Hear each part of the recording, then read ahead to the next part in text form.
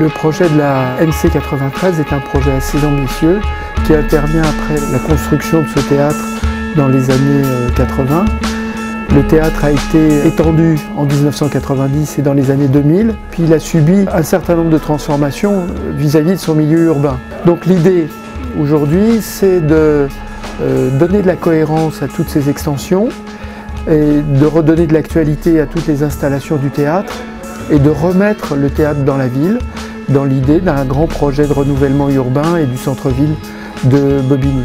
Alors c'est un projet ambitieux sur le plan culturel parce que c'est la transformation de l'outil scénique, de l'accueil du public et de l'accroche à la ville. Ces modifications ne sont quasiment pas perceptibles pour le public. Et c'est vrai que c'est important d'en parler régulièrement parce que quand on fermera le théâtre pour le refaire, je dis théâtre et non pas maison de la culture, et quand on rouvrira la salle, le public, hormis le plafond ou les fauteuils qui auront pour eux changé, ne verront que très peu de transformations, alors qu'elles seront fondamentales parce que l'outil scénique aura complètement changé, évolué et beaucoup plus pertinent et efficace. Pour faire ces transformations, il y a plusieurs axes. Il ne s'agit pas de reprendre le théâtre à zéro, de le transformer totalement. L'idée, c'est de réutiliser toutes les choses formidables qui existaient dans cet établissement et simplement de les modifier de façon à les mettre à jour. Donc on a un premier problème qui est très évident, très pratique, qui est une question de remise aux normes. Alors remise aux normes de sécurité, remise aux normes thermiques, remise aux normes acoustiques. Et derrière la remise aux normes techniques, on va opérer un travail sur les installations scéniques et un travail sur la réorganisation des locaux. Et puis le dernier point, c'est l'accroche, la transformation de l'accroche du théâtre sur la ville. Le projet de transformation de la Maison de la Culture repose sur un point important, c'est la transformation de l'endroit où on se trouve aujourd'hui, actuellement. C'est le grill et le faux grill de la salle Efremov. C'est pour la salle, à l'époque où il a été créé, un endroit très très important parce qu'il permettait toutes les configurations possibles de modification de la salle, des scénographies à l'époque qui étaient faites dans cette salle-là, c'est-à-dire une modularité parfaite, totale de la salle, comme un studio. Aujourd'hui, il se trouve que les techniques de levage, les techniques scénographiques ont changé, les principes d'éclairage ont changé, ce qui fait qu'aujourd'hui, tout en gardant la performance de la salle et de son principe et de sa conception initiale, on se doit de remettre à jour le projet d'un point de vue purement technique et de modifier ce qui doit l'être au niveau de ce plafond technique pour permettre l'accueil des compagnies, l'accueil des créations et l'évolution qui sont nécessaires au niveau de la scénographie aujourd'hui. On modifiera ici le gradin de la salle, le rendre beaucoup plus confortable, le rendre non plus modulable dans tous les sens comme ça avait été imaginé, mais rétractable, c'est-à-dire qu'on pourra libérer la salle de la totalité du gradin dans un temps très très court et permettre des implantations scénographiques en tous sens par rapport à des montages beaucoup plus rapides et beaucoup moins dispendieux, surtout par rapport à la gestion de la salle.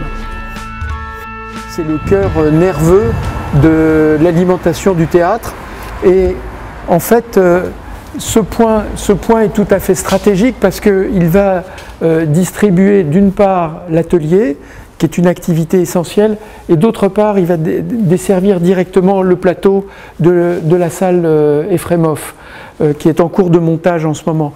Donc ce petit nœud très très coincé, très encombré devra être amélioré, agrandi et avec une transformation totale de la relation à la rue. Alors ça c'est un point très très très important. L'autre point qui est très important, c'est que si on va dans l'alimentation générale du bâtiment, on s'aperçoit que cet atelier a des activités de bois, de métal, de fabrication des décors avec de la peinture et des activités de décoration. Donc c'est essentiel dans l'activité de la scène nationale de maintenir cet outil-là fonctionnel. Donc évidemment toute la chaîne de circulation doit être très très très soignée. Et puis surtout on va aller vers un endroit important qui est le monde décor. Et ce monde décor doit être repris pour pouvoir distribuer l'ensemble des salles, dont la nouvelle salle, la salle numéro 2, qui est au-dessus de la salle Efremov. Donc cette colonne-là est intégralement reprise et permettra justement à l'atelier de distribuer d'une manière beaucoup plus fonctionnelle l'ensemble des salles que l'on crée.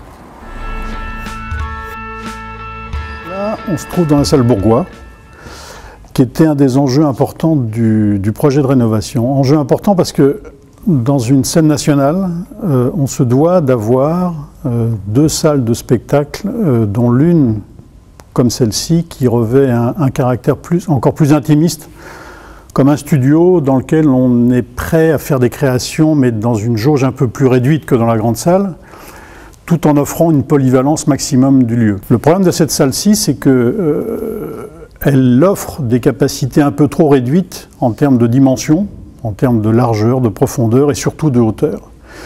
Donc le projet auquel on a répondu devait prendre en compte le fait de modifier la structure au-dessus de nous, c'est-à-dire toutes les passerelles techniques. Et il se trouve que dans le complexe de construction initiale du bâtiment, la modification de toute cette structure-là posait de véritables problèmes et des coûts très très importants en termes de modification et d'adaptation pour répondre aux nouveaux besoins de la scène et de la scénographie.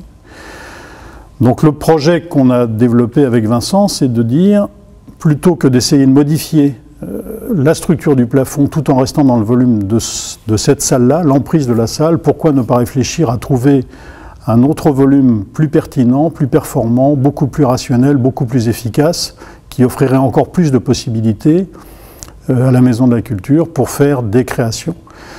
Ce qui a engendré dans le processus de réflexion du projet de nous imposer une modification de la salle de répétition qui était aussi un des enjeux importants, plutôt que de modifier la salle de répétition qui se trouve à l'autre extrémité du bâtiment et dont le volume et le dessin est peu efficace et peu pertinent par rapport aux besoins de la Maison de la Culture, de se dire laissons cette salle-ci comme elle est en l'état, attribuons-la aux répétitions, et elle est parfaite au niveau de sa volumétrie et de son organisation générale.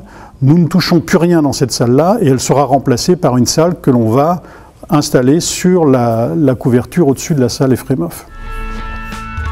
Un des enjeux de la transformation, c'est l'ouverture du théâtre sur l'espace urbain. Alors actuellement, il y a cette place Younes Matoub, des arbres, mais la transformation de la ville avec l'aménagement du boulevard finalement a séparé intégralement l'ensemble des installations avec le milieu urbain, notamment avec une coupure très radicale qui est celle du tramway.